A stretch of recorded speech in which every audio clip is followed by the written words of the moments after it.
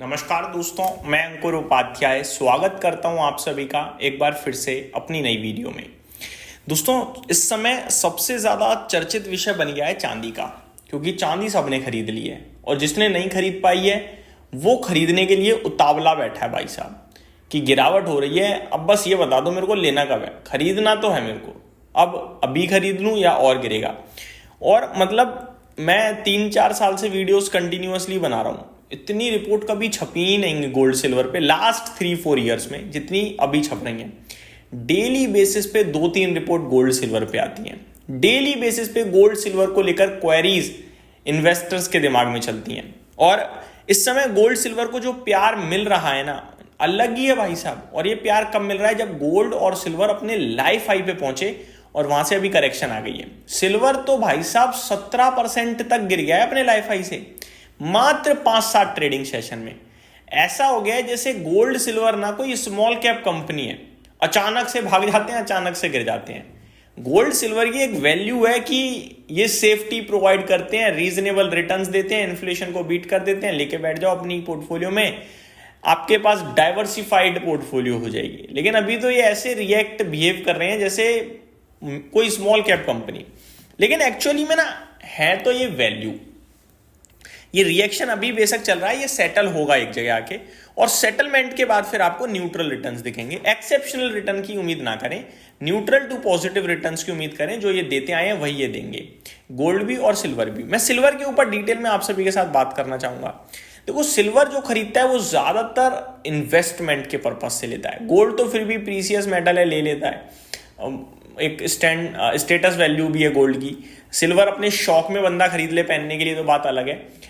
बाकी ज्यादातर सिल्वर का लोग निवेश ही करते हैं। सिल्वर की इतनी हैवी डिमांड थी निवेशकों के द्वारा कि पहले सिल्वर का ईटीएफ नहीं होता था, सिल्वर का ईटीएफ लॉन्च हुआ।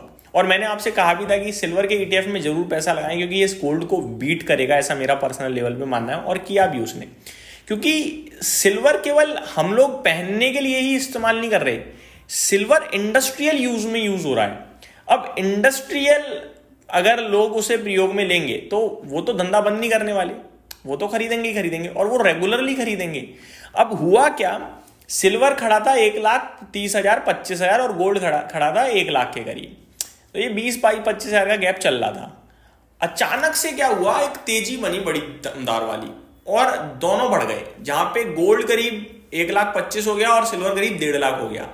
फिर सिल्वर को लेकर एक खबर आती है कि सिल्वर की शॉर्टेज हो गई है, फिजिकल लेवल पे है ही नहीं। मैंने वीडियो भी बनाई थी। अगर आप सिल्वर के वो 1 किलो या 10 किलो के बार खरीदने की कोशिश करो, वो मिल नहीं रहे हैं। 10 किलो 50 किलो के बार मिल ही नहीं रहे हैं, क्योंकि फिजिकल गोल्ड अवेलेबल ही नहीं दिख रहा इस समय। और बहुत सारे ईटीएफ्स ने सिल्वर में बाइंग बना कर दी, क्योंकि ईटीएफ का क्या है, रूल है भाई, अगर आपको ईटीएफ में 100 रुपए भी मिल रहे हैं ना, तो आप उसका फिजिकल गोल्ड खरीदो सेम टाइम। नहीं खरीदोगे तो वो पेनल्टी हो जाती है। तो ईटीएफ में हम तो निवेश कर देंगे, लेकिन ईटीएफ वाले खरीद ही नहीं पाएंगे फिजिकल गोल्ड, क्योंकि अवेलेबल ही नहीं है। तो इन्होंने बाइंग ही रोक दी।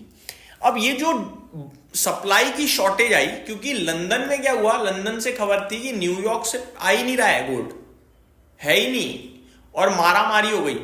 ऐसी मारामारी हुई कि जो जिन चॉपर्स में गोल्ड को सप्लाई किया जाता है, जो रिजर्व रहते हैं गोल्ड सप्लाई करने के लिए, उनमें गोल्ड की जगह सिल्वर को पहुंचाया गया, जिससे सिल्वर का एक्सपेंस बढ़ गया, खर्चा बढ़ गया।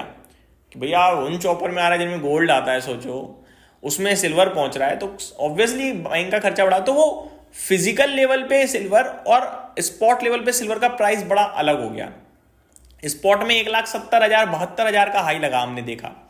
लेकिन फिजिकल दुकान पे आप देखो तो 1,85,000 1,90,000 तक लोगों ने बेचा सिल्वर। अब अचानक से आई गिरावट। अब गिरावट के पीछे रीजन मैं भी आपको आगे बताऊंगा। गिरावट आई और अभी सिल्वर खड़ा है 1,47,000 स्पॉट में, ठीक है, एमसीएक्स पे 1,47,000 1,48,000 जो मर्जी कह लीजिए। अब ऊपर से देखोगे तो 1,70,000 का हाई लगा है, उसके हिसाब से करीब 24-25,000 रुपए नीचे आकर खड़ा हो गया है। अब सवाल उठता है, ऐसा अचानक क्या हुआ? तो हुआ सिर्फ इतना कि वो जो सप्लाई शॉर्टेज थी ना, जो एक बात उठी थी कि न्यूयॉर्क से सिल्वर को उन चॉपर्स में मंगाया जा रहा है जो गोल्ड के लिए रिजर्व रहते हैं, सिल्वर प्रेजेंट ही नहीं है, अवेलेबल ही नहीं है फिजिकल लेवल पे, वहां पे रिलीफ आ गया अचानक से। मैं आपको बताना चाहूंगा, खबर यही है कि वहां जो सप्लाई थी on Friday the white metal closed at rupees 1.47 lakh per kg. Expert attributes the decline to improved metal availability in London.